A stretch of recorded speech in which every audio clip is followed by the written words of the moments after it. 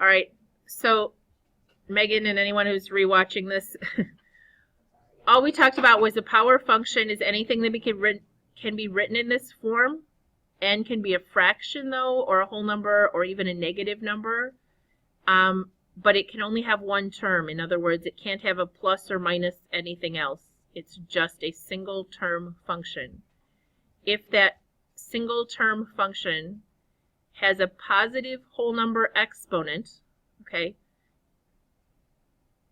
and is an even number, it will open up as long as the number in front is positive, like here. These are negative, they will open down. All right, the domain and range, the domain is going to be all real numbers because remember there's nothing under a radical and there's nothing under in the denominator. Okay, we'll talk about when there is. But otherwise, those are all things we've talked about before: continuous, intercepts, and behavior. Okay? A few people struggled with end behavior. I just want to talk about this really fast. Some of you did some crazy business like this.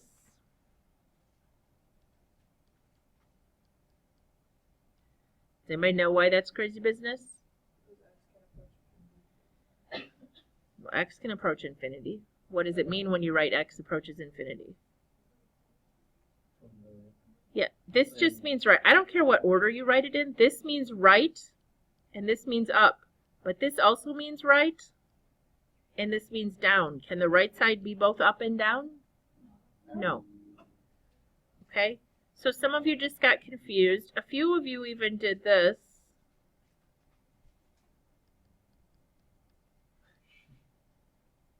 F of x and y are the same thing, okay?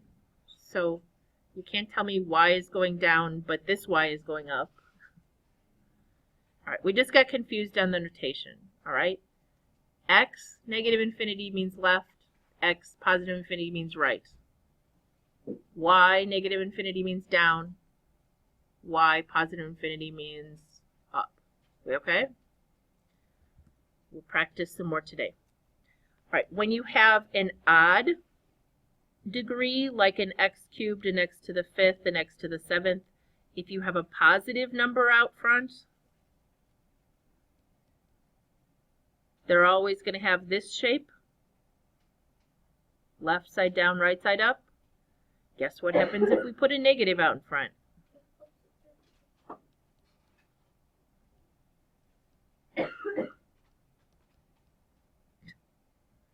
Okay? It's just the opposite. It's reflected over. Yeah, negative 12,000. Just throwing that out there. Okay. Here's the first example on your notes. I'm just going to talk you through this one real quick. Oh, here, it does show these are all power functions. 2x squared, we could easily draw that one. Yes, just a quadratic. Then it says x to the 1/2 and x to the square root. Are those different?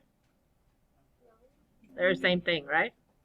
Same thing, they're just a square root graph, which we haven't really talked about yet. Looks like that. We have, but we haven't on this worksheet. Okay.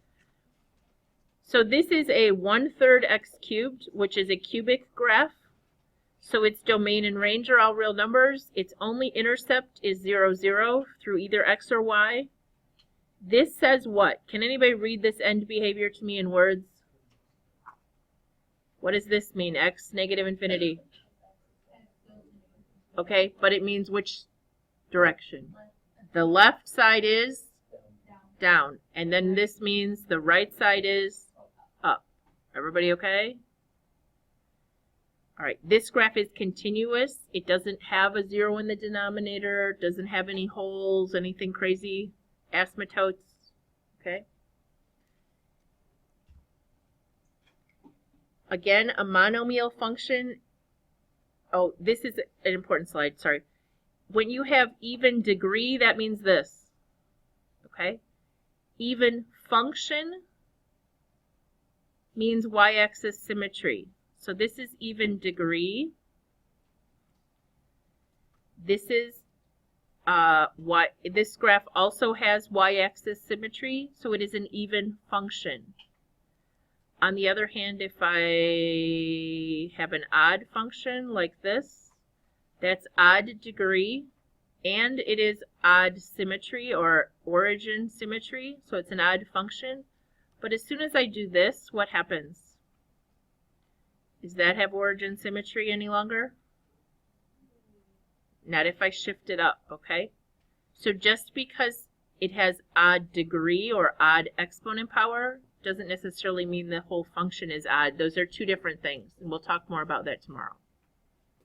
All right? An odd, even or odd function has to do with symmetry, but the degree, even or odd, is different. All right. This is a quartic. You can graph this on your calculator if you want. Can anybody tell me what putting in like -1, 0, and 1 would do?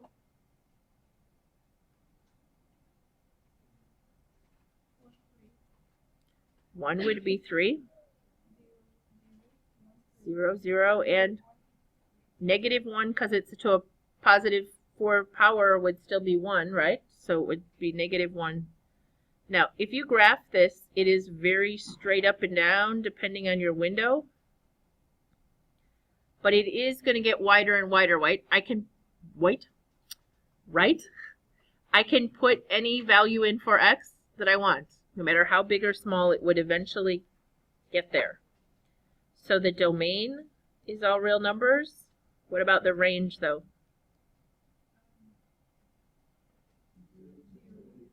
Okay, 0 to infinity, including 0. Everybody okay? Went through 0, 0. Intercepts. It crosses both axes at 0, right? You could write x-intercept 0, 0, y-intercept 0, 0. I don't care. They just said intercept 0 on the others. So that's what I'm going to do. End behavior. Okay, I'm going to write left end. It's doing what? Up. So y is approaching positive infinity. As x approaches infinity, which means on the right, it's also going up. And continuous or discontinuous? Does it have holes or asymptotes?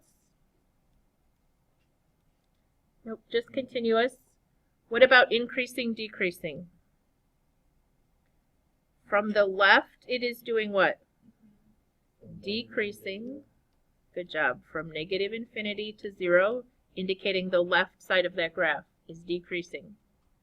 After we get to 0, as we move further to the right, it is increasing from 0 to infinity. Again, those are x values that cause the y value to decrease or increase. Everyone okay? Then it talks about reciprocal functions. So we talked about this yesterday a little bit. Negative exponents, right guys? If you have a 1 over x cubed, is there going to be a discontinuous place? X cannot be 0, so it's going to have an asymptote. This is equivalent to 1 over 5x cubed, or a 1/5, I'm sorry. You could also type it in as 1/5 x to the -3. It's the same thing. Okay? Either one of those are equivalent. When you type it in, what do you get?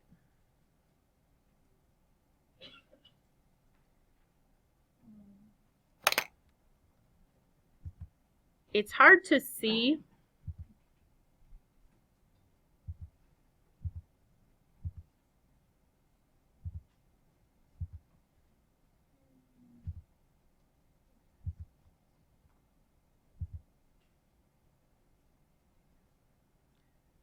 I'm going to type it here because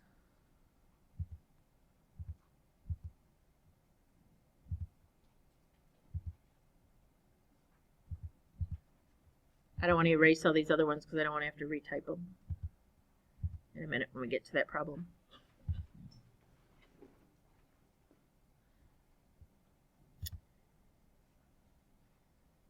So I typed it. Oh, I didn't put the little caret key in. That's what's wrong.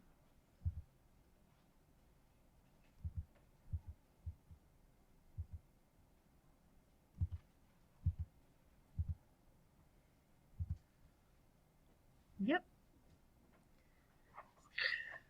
Still can't type.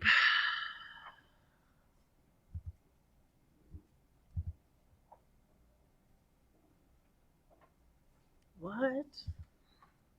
Oh, I forgot what the little caret key does now. It doesn't just put in a caret. Alright, I'm old school.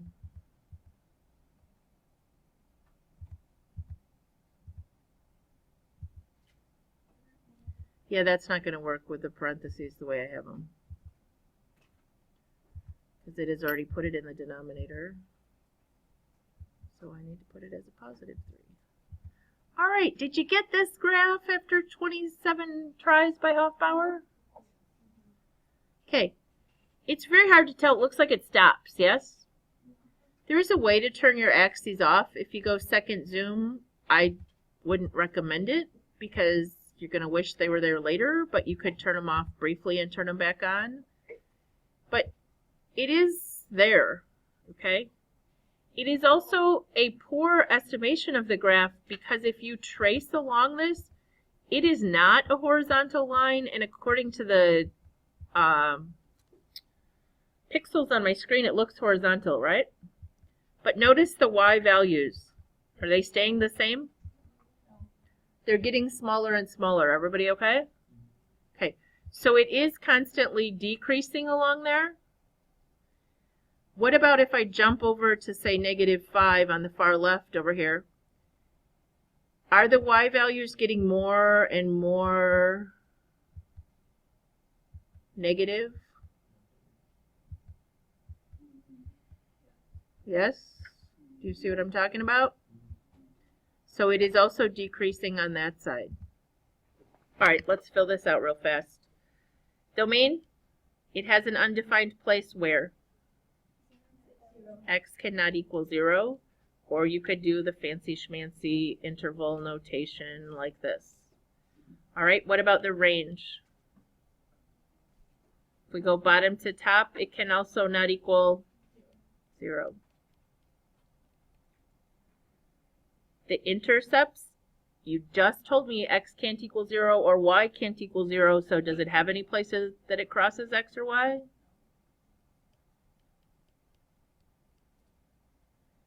End behavior, be careful. What is it doing on the far left? It's getting closer and closer to 0. And on the far right, it is also getting closer and closer to 0. In calculus, you might talk more about whether it's approaching below from the bottom, getting closer to 0. In other words, it's negative getting closer to 0. Or from the top, it's positive getting closer to 0. We don't care. Today, it doesn't matter. All right. Continuous? No, this graph is discontinuous. I can't spell that word. Increasing or decreasing, we talked a little bit. As the x's go towards the right here, the value of y is getting more and more negative. So it is decreasing from -infinity to 0. But then when I jump up here, as I go to the right, the y values continue to get smaller, yes?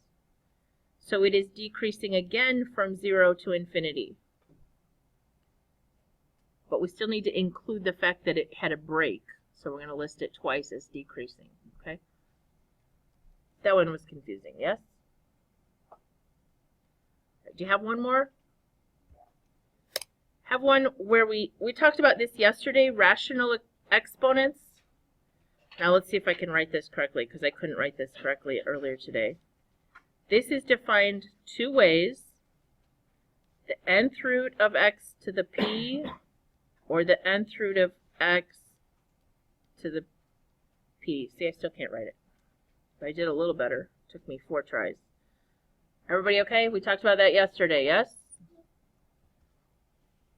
All right, so how could you rewrite this one?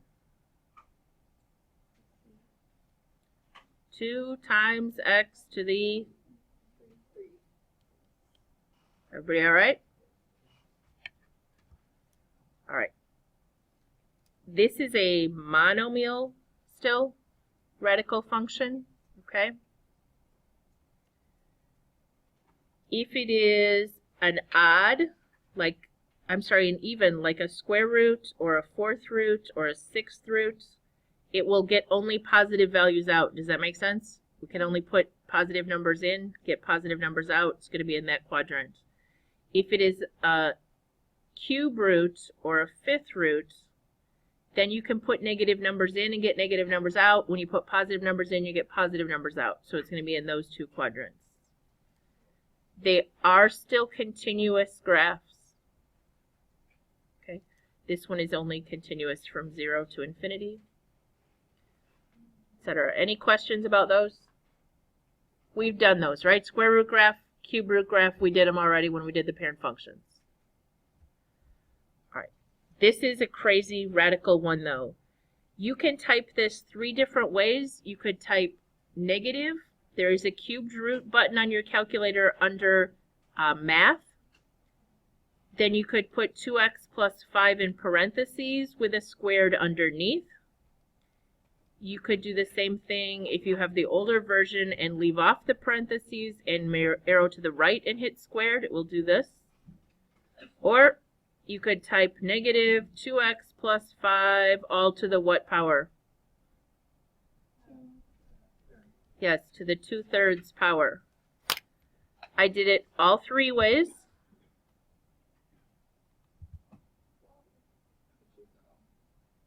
All right, here's with the negative and the squared on the outside.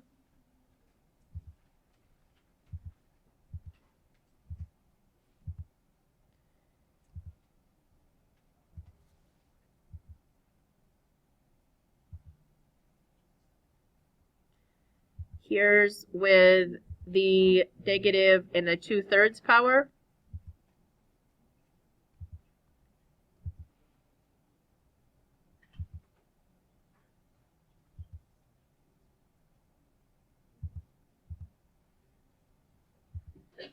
And here's with a negative and the cube root and the 2 inside.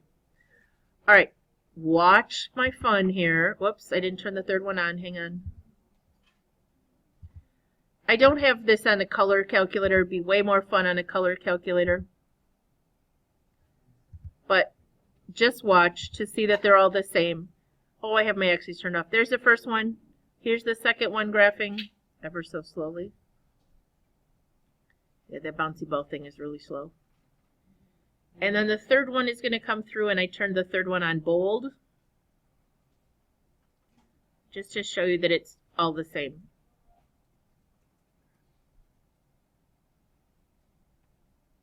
All right, do you believe me?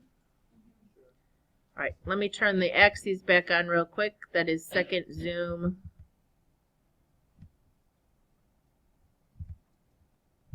And I don't want it to regraph all those. All I want to know is, what is this point where it crosses right there, guys? What does it look like? The only way to make that be 0 is for this to be 0, so we'd get what? Negative 2.5. Can you try typing negative, trace negative 2.5? Does it give you 0? Yeah. All right. And what about the y-intercept? How do we find the y-intercept? Yeah, do trace 0. And what crazy decimal do you get for that one? Yeah, some crazy negative 2.942, and I'll talk about what that's equivalent to in a second. Whoa. Whoa. What did I do? Okay. So we have this crazy graph going on. Tell me where it is, what its domain is. Good job. All real numbers. The range? Negative infinity up to and including 0. Good job. Intercepts. X-intercept was at negative 2.5. The y-intercept, guys, is when x equals 0. Look back up here. If I put a 0 in, I would have negative cubed root of 5 squared, right? So that's what that crazy decimal, that negative 2 point, was it 92 or 94? Okay. That's what that decimal is. It is the negative cubed root of 25. All right, end behavior. Both ends are doing what? Going down towards negative infinity.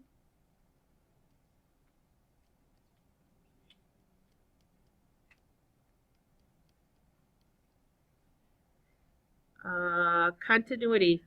Any holes? Nope. So this is continuous. Increasing, decreasing. Yes, as I travel, yes, this piece is increasing, and I give the x value, so it is from the left all the way until an x value of negative 2.5. Increasing, decreasing, we never include the endpoints, so you just leave a parenthesis. And then it's decreasing. Over on this side, it's going down again, so it's from negative 2.5 to infinity. All right, so you can handle graphing some things on your calculator tonight and writing all those things down. All right, then we move totally to radical equations. And you did these last year. So you did things like solve this. And you squared both sides. And you solved, okay? But some things to remember, that you want to first isolate the radical expression and then raise each side to a power equal to the index. In other words, if these were both cubed roots, you would cube both sides to get rid of them. Does that sound okay? The other issue can be that there can be extraneous solutions. Anytime you particularly square both sides, or to the fourth both sides, you could come up with extra solutions, especially if you have to do it twice, which is my first example here. All right, I want you to put down your pencil, take a virtual nap, as in don't use your fingers, only your brain. I want you to tell me what you would do first here. This is an ugly one. You cannot isolate the radical. There are two radicals. Okay, before I do that problem, I need you to all nod your head that you understand those are not equivalent. Yes. I need you therefore to also nod your head that you understand this does not equal this, or this. Sorry, squaring that. If you FOIL that out, you get 16 minus 4 square roots of x minus another 4 square roots of x plus square root of x squared, which is just x, right? Okay, there is a middle term involved there. All right, we need to make sure we're all agreeing, so we're going to move on and do this. We're going to square both sides. You don't write this down, just help me out. What'd you get on the left? X minus 2. On the right, we have to FOIL this out. So the first thing you get is 5 times 5, which is 25. But then you have 5 times a negative one of those.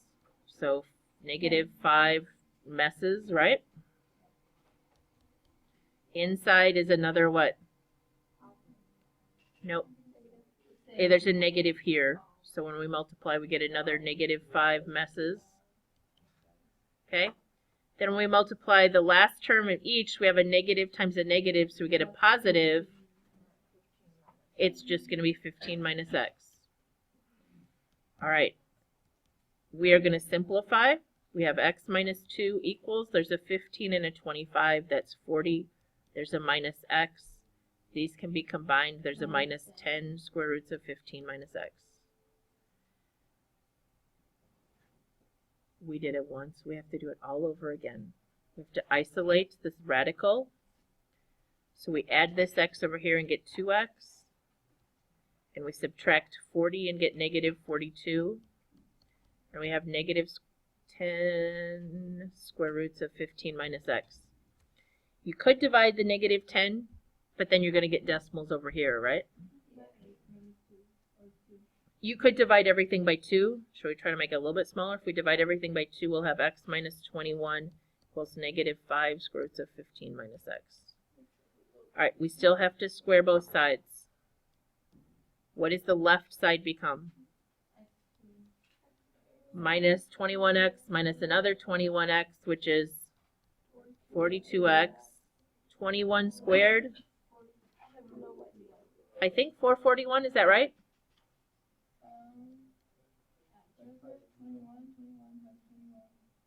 Okay. Right-hand side, negative 5 squared is 25. We square the square root, and we have a 15 minus x, which still has to be distributed. Guess what? We're down to a quadratic equation. The quadratic equation stuff did not go away. It will not go away all year long.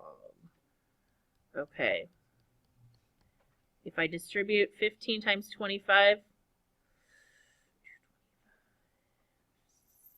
15 times 25? 325? 375? Thank you. I didn't divide by the 2 earlier, so I'm kind of minus 25x. Just lost my cursor. What happened here?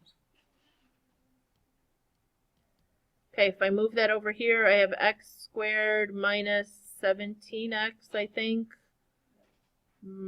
Plus, what's 441 minus 375? Okay, that factors. Anybody know? Factors is 66 that makes 17. What's the only thing you can think of that goes into 66? Okay, do they make 17? Okay, so we got x equals 11 or 6. Your mental break is almost over here. If I put an 11 in both of these, I get the square root of 9 equals 5 minus the square root of 4, which is 3 equals 5 minus 2. Is that working okay? What's the other one I got to check? 6. If I put a 6 in here and a 6 in here, I get the square root of 4 equals 5 minus the square root of 9. 2 equals 5 minus 3. Also true. Okay, they both check in this question. All right, one more time. Raise your hands up over your head. Rub your ears. Pick your pencil up. Okay, we got to do these. I'm going to talk through these. We're going to spend 1 minute on these 3 questions. What would you do first with that question right there? You would subtract the 3 over to the other side and then square both sides, yes? What would you do first on 6b? My minute's almost up. You would subtract the 3 and then cube both sides. What about that bad boy? Nightmare, right? Square both sides, and because it's only going to get rid of one of them, you're going to square both sides again. Okay. Here we go. We're going to try this number 4 on our paper. What are we going to do first? This is the easy one.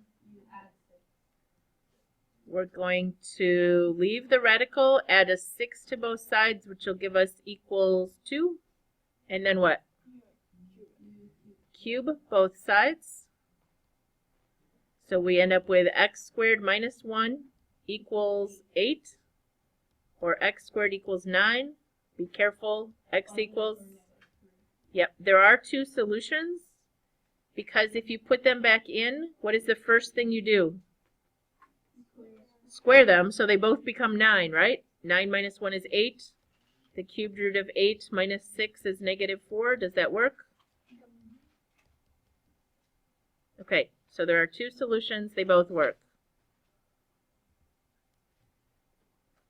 This one looks horrible, but what happens as soon as we square both sides? It's regular, also known as linear, right? It only has no exponent powers. It's regular. It's an equation we could have solved back in Algebra 1, right?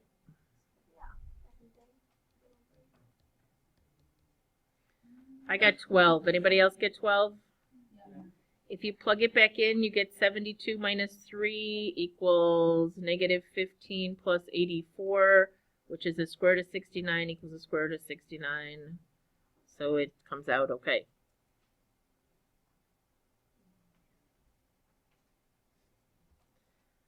All right. What do we want to do first here? Okay, subtract 21. Now we want to cry a little bit, right? But at least there's only one radical. It gets worse. When we square both sides, what is 4x minus 21 times 4x minus 21? Yep, that's the first class all day where someone didn't say 8x squared. Okay, we have a minus 84 and another minus 84x. Everybody okay with where I'm getting those? 84 and 84 is 168. Yeah, that 441 revisits us. 21 times 21. Right hand side is just 56 minus x. All right, simplify that. So what do you have to do? Because it's got a quadratic, we need to make it equal 0, right? Before we can do anything else.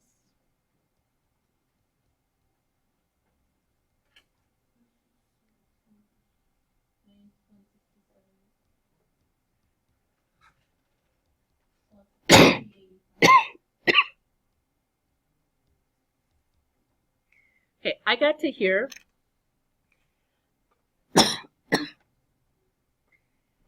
And I thought, what's this mess? It actually factors. I would have never figured it out. I'd have been here all day.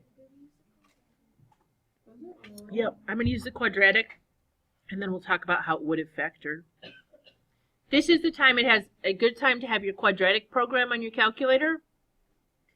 Someone told me there's an app that actually solves the quadratic formula.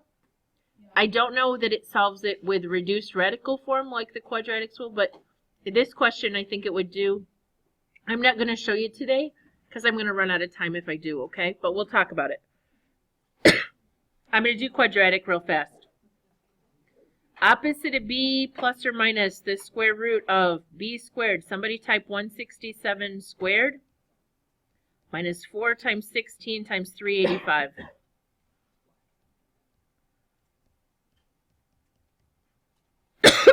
It's like 32 something maybe. Okay, and then square root that number and it comes out nice.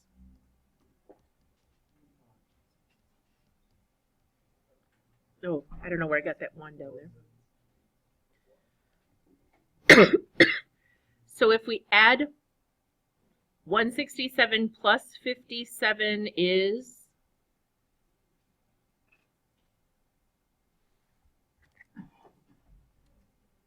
167 plus 57 is 224 divided by 32 is 7. If we do 167 minus 57, we get 110 divided by 16, which is not nice.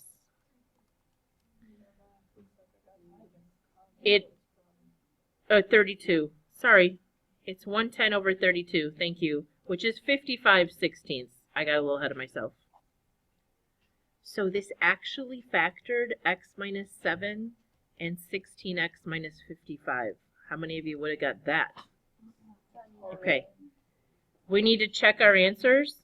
If I put a 7 back in, I get 28 equals 21 plus the square root of 49, which is 28 equals 21 plus 7. Works, right? If I put in 55 over 16, 4 times 55 divided by 16 is 13.75 equals 21 plus the square root of 56 minus 55 divided by 16, square rooted. Guys, please don't pick up. 7.25, this becomes. Does 13.75 equal 21 plus 7.25?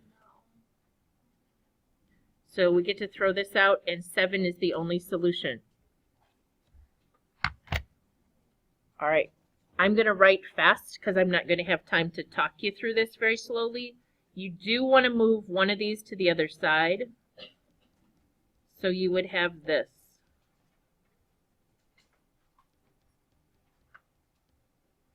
When you square both sides, this is when you have to do twice. You get 6x plus 12 equals, when you FOIL this out, you get 1 plus 2 square roots of 4x plus 9, because you have 1 plus 1, plus square root of 4x plus 9 times square root of 4x plus 9 is just 4x plus 9. If I subtract over to this side,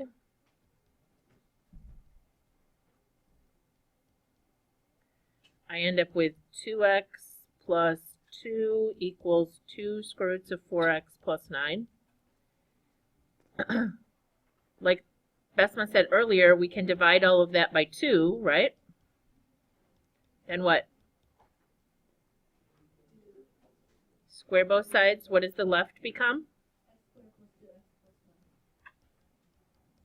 And the right side is just 4x plus 9. If I get it equal to 0,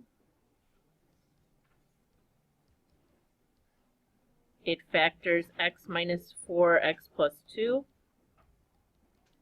So I get 4 or negative 2.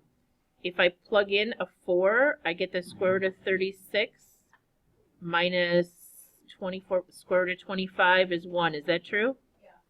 That's 6 minus 5 equals 1, right? If I put in a negative 2, I get the square root of 0 minus the square root of 1 equals 1. Does that work? No.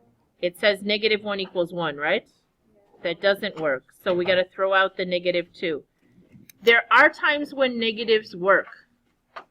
Okay, so don't just because you got a negative answer think you can throw it away.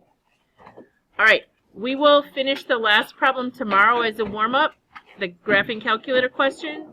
But you can tonight be working on all of this. Or whatever is up on page, whatever your book sheet says. It might not be this. I might have dropped a few questions.